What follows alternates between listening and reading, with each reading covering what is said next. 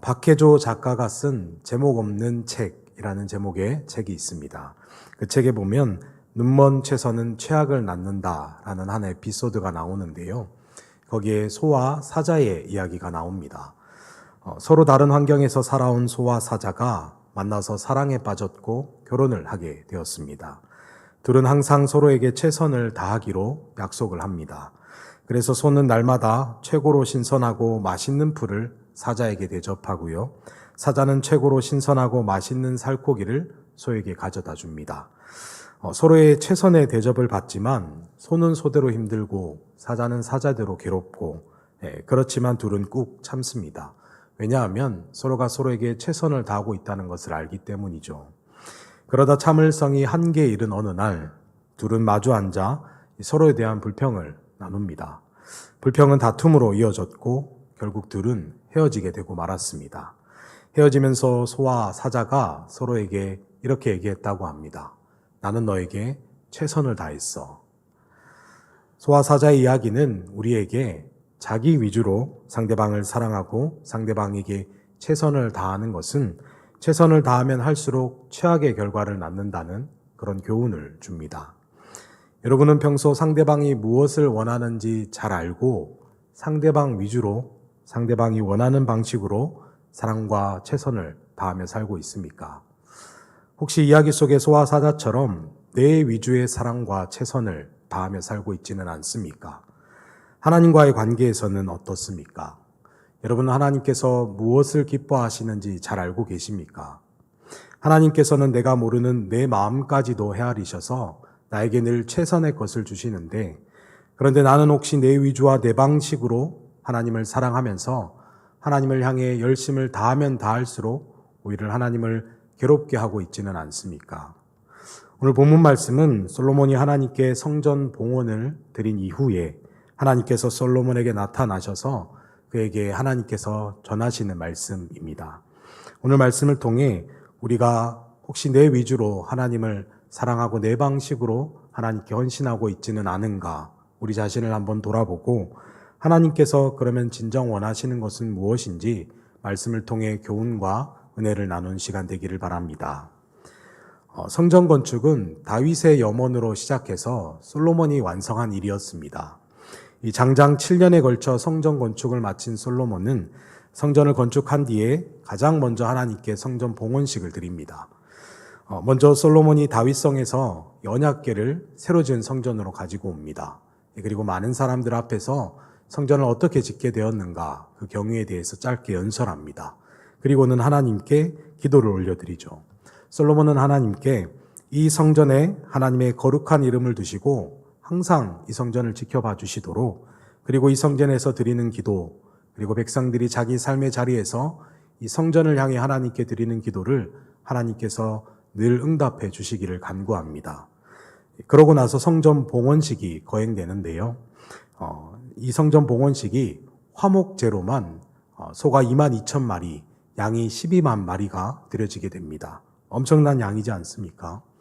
제물이 얼마나 많았던지 본래 번제단에서 제사를 드려야 하는데 번제단에서 그것을 다 감당할 수 없어서 성전 중앙의 뜰을 거룩하게 구별하고는 거기서도 제사를 드려야 할 정도였습니다. 성전 봉헌식은 초막절기를 포함해서 무려 14일간 진행되었는데요. 이스라엘 전역의 모든 백성들이 이 기간 동안 와서 하나님의 성전 봉헌식을 함께 즐거워하고 축하하고 축복을 나누는 시간을 가졌습니다. 이날의 성전 봉헌식 분위기가 열왕기상 8장 65절과 66절 말씀에 잘 나타나 있는데요. 우리 열왕기상 8장 65절과 66절 말씀 함께 보도록 하겠습니다. 그때 솔로몬이 7일과 7일 도합 14일간을 우리 하나님 여호와 앞에서 절기로 지켰는데 하맛 어기에서부터 애굽 강까지의 온 이스라엘의 큰 회중이 모여 그와 함께 하였더니 백성이 왕을 위하여 축복하고 자기 장막으로 돌아가는데 여호와께서 그의 종 다윗과 그의 백성 이스라엘에게 베푸신 모든 은혜로 말미암아 기뻐하며 마음에 즐거워하였더라. 아멘. 성전 건축으로 인해서 온 나라에 기쁨이 얼마나 가득했는지 느껴지시죠? 온 나라뿐만이 아닙니다. 솔로몬에게 성전 건축은 아버지 다윗의 유업이었고 그리고 자신의 사명과도 같은 일이었는데요.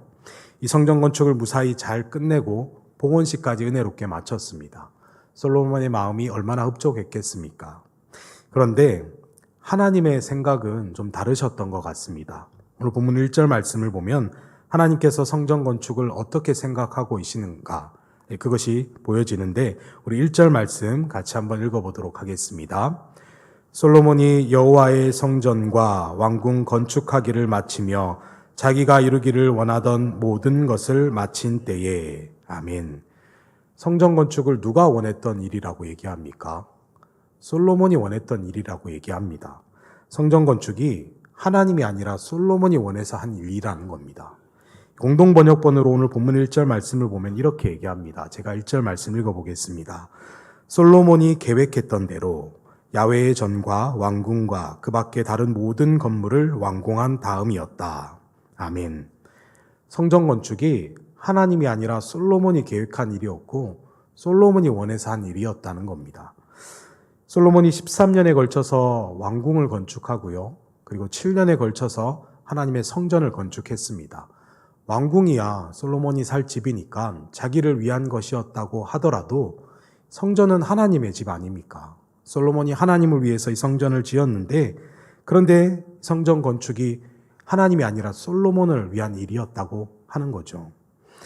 언약궤를 성전으로 옮겼을 때 분명 하나님께서도 여호와의 영광이 이 성전에 가득하게 하셨거든요. 그런데 어째서 이 성전 건축이 하나님이 아니라 솔로몬을 위한 일이었다고 얘기하는 겁니까? 정말로 성전 건축은 하나님이 아니라 솔로몬을 위한 일이었습니까? 네, 그렇습니다.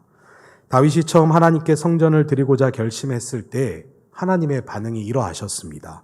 우리 사무엘하 7장 6절과 7절 말씀 함께 보겠습니다. 내가 이스라엘 자손을 애굽에서 인도하여 내던 날부터 오늘까지 집에 살지 아니하고 장막과 성막 안에서 다녔나니 이스라엘 어느 지파들 가운데 하나에게 내가 말하기를 너희가 어찌하여 나를 위하여 백향목 집을 건축하지 아니하였느냐고 말하였느냐. 아멘. 다윗이 하나님을 위해 성전을 건축하겠다고 얘기했을 때 하나님께서 그래 드디어 너희가 나를 위해 집을 지어주는구나. 고맙구나. 그렇게 얘기하며 좋아하셨습니까? 아니었습니다. 하나님은 오히려 성전 건축을 불편해 하셨습니다. 내가 애굽에서 나올 때부터 장막에서 살았다. 내가 장막에서 사는 동안 너희 중 어느 지파에게라도 왜 나를 위해 백향목으로 된 집을 지어주지 않느냐? 내가 그렇게 얘기한 적이 있더냐? 하나님께서 그렇게 얘기하시는 겁니다. 하나님은 성전 건축을 오히려 언짢아 하셨습니다. 이사야 66장 1절과 2절에서는 성전 건축에 대해서 이렇게도 얘기하고 있습니다. 우리 말씀 같이 읽어보겠습니다. 여호와께서 이와 같이 말씀하시되 하늘은 나의 보좌요 땅은 나의 발판이니 너희가 나를 위하여 무슨 집을 지으랴. 내가 안식할 초소가 어디랴. 나 여호와가 말하노라. 내 손이 이 모든 것을 지었으므로 그들이 생겼느니라. 아멘. 하늘이 보자고 땅이 내 발판인데 그런데 너희가 나를 위해서 집을 짓겠다고 너희가 나를 위해서 무슨 집을 짓는다는 말이냐. 너희가 지은 그 집에 내가 안식할 수 있을 거라고 생각하느냐. 너희가 나를 위해서 무엇을 지은들 어차피 그것들 다 내 손으로 만든 것들 아니냐. 하나님께서 그렇게 얘기하시는 겁니다. 하나님이 성전 건축에 대해 어떻게 느끼고 계시는지 여러분 느껴지시나요? 하나님은 아무리 잘 지은 성전이라고 하더라도 사람이 손으로 지은 집에는 감당할 수가 없는 분이고 거기서 안식할 수도 없는 광대하신 하나님이신 겁니다. 그럼에도 불구하고 하나님께서 다윗에게 성전 건축을 허락하시죠. 무엇 때문이었습니까? 하나님을 향한 다윗의 마음을 하나님께서 기쁘게 받으셨기 때문입니다. 다윗은 어떻게든 하나님께 더 좋은 것을 드리고 싶어 했고 어떻게든 자신이 가진 것으로 하나님을 더 잘 섬기고자 하는 마음으로 성전을 건축하고 싶어 했습니다. 그래서 하나님께서 다윗의 그 순결하고 순전한 마음을 기쁘게 여기셔서 그래서 성전 건축을 허락해 주셨던 것이었습니다. 마치 어린 자녀가 부모에게 자신이 가장 아끼고 소중하게 생각하는 장난감을 가지고 와서 엄마 아빠 이거 제가 정말 소중하게 생각하는 건데요. 그런데 엄마 아빠를 더 사랑하니까 이거 드릴게요. 그렇게 얘기하며 부모에게 장난감을 주는 것과 같은 겁니다. 부모에게 장난감이 필요합니까? 장난감이 유익합니까? 아니죠. 장난감 필요 없습니다. 그러나 자신에게 가장 소중한 것을 부모에게 주고 싶어 하는 어린 자녀의 그 귀한 마음이 부모를 기쁘게 하여서 그래서 부모가 아이가 주는 장난감을 기쁘게 받는 것 아니겠습니까? 하나님의 마음도 그러신 겁니다. 그런데요, 이제 그 어린 아이가 성인이 되었어요. 아직도 어렸을 적에 내가 엄마 아빠에게 드렸더니 그 장난감 너무 좋아하시더라. 해마다 생신 때마다 부모님께 장난감 사들고 옵니다. 여러분 부모가 어떻겠습니까? 속이 터지지 않겠습니까? 어렸을 때야 장난감이 통했을지 모르지만 그러나 나이가 들고 어른이 되었으면 이제는 진정으로 부모의 생각과 마음을 헤아릴 수 있어야 하는 거죠. 여러분 기억하시기 바랍니다. 하나님이 허락하셨다고 해서 그게 다 하나님께서 원하시는 것은 아닙니다. 하나님께서 우리의 기도에 응답해 주셨다고 해서 그게 하나님께서 다 기뻐하는 일은 아니라는 겁니다. 신앙의 초보적인 수준일 때야 우리의 순수한 마음만으로도 하나님께 감동이 됩니다. 그러나 신앙의 연수가 늘어나고 신앙의 깊이가 깊어지면 그러면 하나님을 진짜 기쁘시게 하는 것이 무엇인지 우리가 하나님의 마음과 생각을 헤아릴 수 있어야 하는 겁니다. 그러면 우리는 어떻게 하나님의 생각과 마음을 헤아릴 수 있습니까? 하나님의 말씀을 가까이 해야 합니다. 말씀은 하나님께서 자기 백성에게 하나님이 어떤 분이신지 계시하기 위해서 또 하나님의 뜻과 계획과 목적이 무엇인지 알려주시기 위해서 사용하시는 하나님만의 창구이고 소통이고 그리고 방법인 겁니다. 말씀 안에는 하나님이 어떤 분이신지 그리고 하나님의 이 원칙과 우선순위가 무엇인지 하나님의 관심과 열정은 어디를 향하고 있는지 하나님께서 일하시는 방법과 원리는 어떻게 해야 하는 것인지 말씀을 통해 우리가 다 배울 수 있습니다. 그러니 하나님의 말씀을 가까이 하면 할수록 하나님의 마음과 생각을 우리가 더 분명하게 알고 깨닫게 되는 거죠. 그런데 우리가 평소에는 하나님의 말씀을 안 보고 묵상하지도 않습니다. 교회 올 때 성경책 잠깐 들고 왔다가 집에 가면 한 주 내내 책꽂이에 꽂아둡니다. 세상살이에 필요한 정보는 시시각각 밤낮으로 업데이트하면서 하나님 말씀은 일주일에 딱 한 번 교회 와서 설교 말씀 들을 때 그때 교체해 갑니다. 여러분 하나님 말씀이 너무 귀해서 아까워서 그러신 거죠. 하나님 말씀 가까이 하는 저와 여러분들 되실 수 있기 바랍니다. 하나님 말씀 가까이 하여서 하나님께서 원하시고 기뻐하시는 것이 무엇인지 바르고 정확하고 깊이 있게 아는 저와 여러분들 되시기 바랍니다. 그래서 성숙한 차원에서 날마다 하나님을 기쁘시게 하는 삶을 살아가는 저와 여러분들 되시길 주님의 이름으로 축복합니다. 솔로몬이 성전 봉헌식을 마치고 난 이후에 아주 흡족한 마음으로 있었습니다. 그때 하나님께서 솔로몬을 찾아오십니다. 하나님은 솔로몬에게 네가 원하는 성전 건축 말고 내가 정말 원하는 것이 무엇인지 알려주겠다. 그렇게 얘기하며 오늘 본문 4절 5절 말씀을 얘기하십니다. 우리 본문 4절과 5절 같이 읽어보도록 하겠습니다. 내가 만일 내 아버지 다윗이 행함같이 마음을 온전히 하고 바르게 하여 내 앞에서 행하며 내가 내게 명령한 대로 온갖 일에 순종하여 내 법도와 율례를 지키면 내가 내 아버지 다윗에게 말하기를 이스라엘의 왕위에 오를 사람이 내게서 끊어지지 아니하리라 한 대로 내 이스라엘의 왕위를 영원히 견고하게 하려니와. 아멘. 하나님이 원하시는 것은 솔로몬이 그의 아버지 다윗처럼 하나님께만 충성하는 삶을 사는 겁니다. 하나님의 법도와 율례를 지키며 그대로 하나님 앞에서 바르게 살아가는 것입니다. 그러면 다윗에게 약속했던 영원한 왕조에 대한 언약을 솔로몬과도 이어가시겠다고 하나님께서 말씀하십니다. 솔로몬의 왕자를 하나님께서 지키고 보호해 주겠다고 약속하십니다. 그런데 만약 솔로몬이 하나님께 충성하지 않고 하나님의 법도와 율례를 따라 살지 않으면 그러면 어떻게 하겠다고 하십니까? 본문 6절과 7절 말씀입니다. 같이 보도록 하겠습니다. 만일 너희나 너희의 자손이 아주 돌아서서 나를 따르지 아니하며 내가 너희 앞에 둔 나의 계명과 법도를 지키지 아니하고 가서 다른 신을 섬겨 그것을 경배하면 내가 이스라엘을 내가 그들에게 준 땅에서 끊어버릴 것이요 내 이름을 위하여 내가 거룩하게 구별한 이 성전이라도 내 앞에서 던져버리리니 이스라엘은 모든 민족 가운데에서 속담거리와 이야기거리가 될 것이며. 아멘. 솔로몬이 하나님의 법도와 율례를 따라 살지 않으면 첫째, 하나님께서 이스라엘 백성들과의 언약 관계를 끊어버리겠다고 하십니다. 그리고 둘째가 중요합니다. 지금은 거룩하게 구별한 이 성전일지라도 이 성전 내다 버리겠다고 말씀하십니다.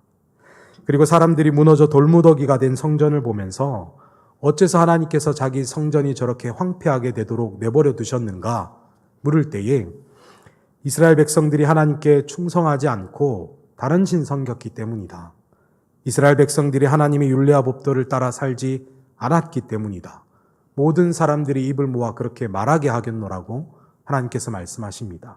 그 얘기가 본문 8절과 9절의 말씀입니다. 하나님께서 솔로몬에게 진짜로 바라셨던 것은 휘황찬란한 성전이 아니라 하나님의 백성이 하나님께만 충성하고 하나님의 법도와 율례를 따라 살아가는 것, 그것 하나를 바라셨던 것입니다. 하나님의 이런 바람은 오늘 내일 생각하신 게 아닙니다. 하나님께서 이스라엘 백성들을 출애굽시키셔서 시내산에서 정식으로 하나님과 언약 관계를 맺으셨을 때 그때도 하나님은 동일하게 말씀하셨습니다. 내가 너희의 하나님이 될 테니 너희는 내 백성이 되어라. 그리고 너희는 나에게만 충성하고 나의 법도와 율례를 따라 살아야 한다. 하나님께서는 일관되게 말씀하셨습니다. 레위기 26장 3절과 9절 말씀 같이 보겠습니다. 너희가 내 규례와 계명을 준행하면 내가 너희를 돌보아 너희를 번성하게 하고 너희를 창대하게 할 것이며 내가 너희와 함께한 내 언약을 이행하리라. 아멘.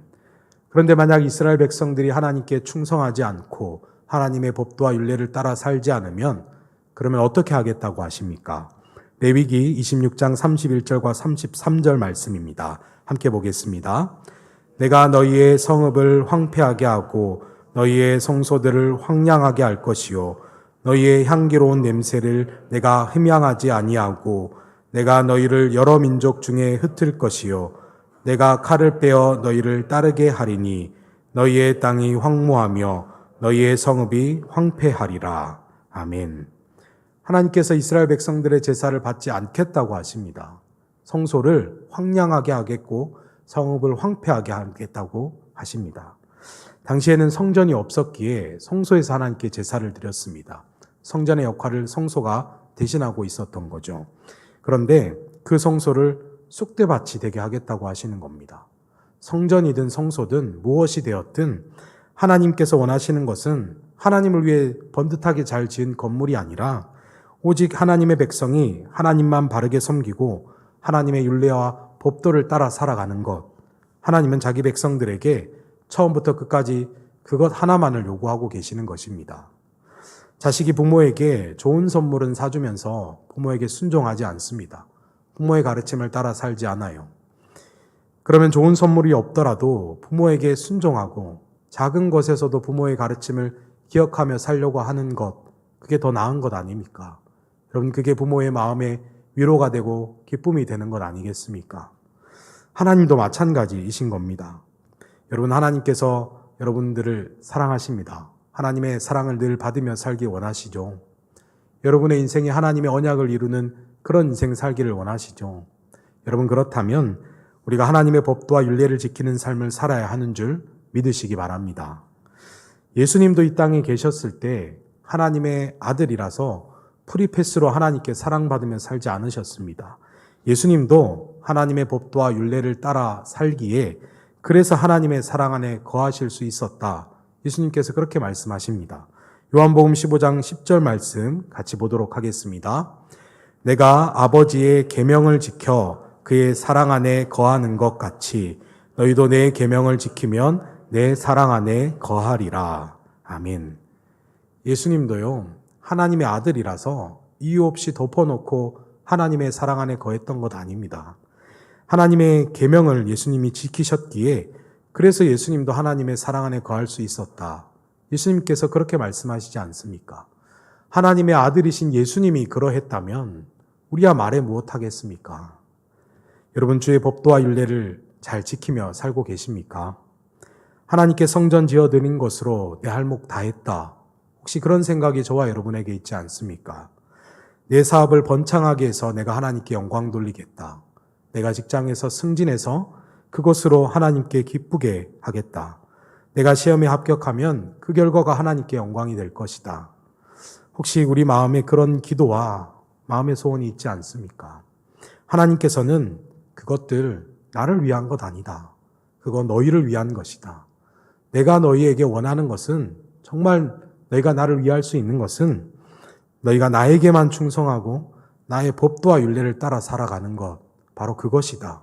그렇게 말씀하시는 겁니다. 그런데 우리는 나를 위한 일을 교묘하게 하나님을 위한 일인 것처럼 그렇게 포장해서 하나님께 구하고 간구할 때 있지 않습니까? 하나님을 위한답시고 열심을 내지만 사실은 내 욕심과 내 성공과 내 야망을 위해서 노력하고 살 때가 얼마나 많습니까? 여러분, 명심하십시오. 하나님을 위한 일은 성전 건축이 아니라 내 성공, 내 업적, 내 영광이 아니라 오직 내가 하나님께만 충성하고 하나님의 법도와 율례를 따라 살아가는 것, 그거밖에 없습니다. 우리가 정말로 하나님 위주로 하나님께서 원하시는 방식으로 그렇게 하나님 사랑하고 하나님께 헌신하려면 다른 것이 아니라 철저하게 우리의 삶의 자리가 하나님의 법도와 율례를 따라 살아가는 것이 되어야 합니다. 여러분, 저는 철저하게 하나님의 법도와 율례를 따라 살았던 사람을 생각하면 느헤미야가 떠오릅니다. 느헤미야 13장 말씀에 보면 느헤미야가 이 성벽을 만드는 일을 했잖아요. 성벽 재건을 완공하고 난 이후에 이 유다 공동체가 어떻게 하나님의 법도와 율례를 따라 살 수 있게 할 수 있을까? 그걸 고군분투하며 살았던 내용들이 담겨 있습니다. 그 가운데 몇 가지를 소개하려고 합니다. 느헤미야가 바벨론의 아닥사스다 왕에게 다녀오려고 잠시 예루살렘 성을 비우게 되었거든요. 그때 유대 공동체 안에 있었던 일입니다. 유다인들이 11조를 드리지 않는 겁니다. 느헤미야가 없으니까. 그랬더니 레위인들이 성전을 다 떠나버리게 되었습니다. 레위인들은 성전에서 일하며 먹고 사는 사람들 아닙니까? 이 성전의 직무를 레위인들이 감당하는 동안 유다인들이 11조 드리면 그것으로 생계를 이어가는 겁니다. 그런데 유다인들이 11조를 드리지 않으니 레위인들이 먹고 살 길이 없는 겁니다. 그래서 성전의 직무를 버려두고 레위인들이 밖에 밥 매러 나가버렸습니다. 돌아온 느헤미야가 보니 과간인 거죠. 느헤미야는 즉시로 유다인들을 다시 불러 모아 11조를 드리게 하고요. 그리고 레위인들을 다시 불러 모아 성전의 직무를 감당하게 합니다. 11조를 안 드린 유다인들도 문제고, 그렇다고 성전을 버리고 밥 매러 나가버린 레위인들도 문제 아닙니까? 느헤미야 입장에서는 내가 잠시 자리를 비웠더니 이런 일이 있구나. 내가 그동안 이 유다 백성들을 하나님의 법도와 율례를 따라 살게 하려고 얼마나 가르쳤는데 내가 잠시 없다고 이거 말짱 도루묵 되니 내가 이것 하는 거에 무슨 소망이 있겠나? 언제까지 이들을 이렇게 지켜보고 돌봐줘야 하나? 답답한 마음, 실망스러운 마음 왜 안 들었겠습니까? 그러나 느헤미야는 하나님의 율례와 법도에서 벗어난 유다인들을 붙잡아서 다시 바르게 합니다. 엇나가면 다시 바르게 하고요. 또다시 바르게 합니다. 포기하지 않습니다. 안식일에 그날을 구별하여 거룩하게 지키라 하는 것은 10계명 중에 있는 내용이죠. 그런데 유다 공동체 가운데 그걸 무시하고 안식일에 장사하는 사람들이 있었습니다. 느헤미야는 그들을 불러 모아서 과거 우리 조상들이 하나님의 계명을 하나씩 어기다 보니 우리가 지금 이 꼴 난 것 아니냐, 그들을 책망하며 그들에게 다시는 장사하지 말라고 엄히 명합니다. 그리고는 아예 장사할 수 없는 상황을 만들어 버립니다. 안식일이 시작되기 전에 예루살렘 성문을 완전 닫아버린 겁니다. 이건 장사하는 사람들만 오가지 못하도록 막은 것이 아니라 아예 모든 이 유다 백성들을 출입하지 못하도록 통제해 버렸던 겁니다. 이 멀리서 장사하러 온 이들이 있었습니다. 성문이 닫혀 있으니까 밖에서 밤을 새우고 있었는데요. 느헤미야는 그들에게 더 이상 안식일에 찾아오지 말라고 엄히 얘기하고 엄포를 놓고는 쫓아내버렸습니다. 남들은 안식일에 하나님께 예배드리고 다 쉬고 있잖아요. 그런데 그때 느헤미야는 홀로 촉각을 곤두세우고 혹시라도 장사치들이 몰래 만나고 있는 것은 아닌가 예루살렘 성문 안팎을 살펴야 했습니다. 홀로 그렇게 수고를 감당해야 했습니다. 그러나 느헤미야는 하나님의 법도와 율례를 지키기 위해서 유다 백성들이 그렇게 살도록 하기 위해서 그러한 수고하기를 마다하지 않았습니다. 유다인 중에는 이방인 여자들과 혼인한 사람들이 있었거든요. 그들 가정에 큰 문제가 생겼습니다. 어떤 문제가 있었냐면 그들이 낳은 자식들 중에 아이들이 유다 말을 할 줄 모르는 애들이 있는 겁니다. 여러분, 언어를 잊었다는 것은 정체성을 잊었다는 얘기 아닙니까? 얼마나 심각한 상황입니까? 느헤미야는 그들의 부모를 부릅니다. 불러다가 그들을 책망하고 그리고 그들을 저주합니다. 그리고 그들을 때리기까지 하고요. 머리채를 뽑아버리기까지 합니다. 느헤미야는 그렇게 하면서 자신들은 주의 법도와 율례를 어겨 이방인과 혼인했지만 그러나 자기 자식들만큼은 절대로 그렇게 두지 않겠노라고 맹세하게 합니다. 여러분, 유다인들이 사랑에 빠진 게 죄는 아니지 않냐며 하나님 이 정도는 이해해 줄 수 있지 않냐며 그렇게 현실과 타협했던 것들이 결국 부메랑이 되어 그들 공동체에 고스란히 죄값으로 돌아왔습니다. 느헤미야는 그 모든 문제를 수습해야 했고 문제가 재발하지 않도록 초강수를 두어 공동체를 지켜야 했습니다. 여러분, 주의 법도와 율례를 지킨다는 것 참 멋있는 말이고 근사한 말 아닙니까? 그런데 주의 법도와 율례를 지킨다는 현실은 결코 우아하지 않습니다. 이 느헤미야처럼 이렇게 피 터지고 고군분투해야 얻을 수 있는 것입니다. 느헤미야처럼 반발에 부딪히고 얼굴 붉히는 일이 생기고 실망하고 마음 상한 일을 겪게 되며 누군가에게 손가락질 받고 비난받을 수 있는 겁니다. 그런데도 왜 그 일을 해야 합니까? 하나님께서 원하시기 때문입니다. 느헤미야가요, 주의 법도와 율례를 따라 이 백성들을 살게 하려고 고군분투하면서 매번 이렇게 기도하거든요. 내 하나님이여 나를 기억하옵소서. 늘 그렇게 기도합니다. 그 기도들 가운데 느헤미야 13장 14절 말씀 같이 읽어보도록 하겠습니다. 내 하나님이여 이 일로 말미암아 나를 기억하옵소서. 내 하나님의 전과 그 모든 직무를 위하여 내가 행한 선한 일을 도말하지 마옵소서. 아멘.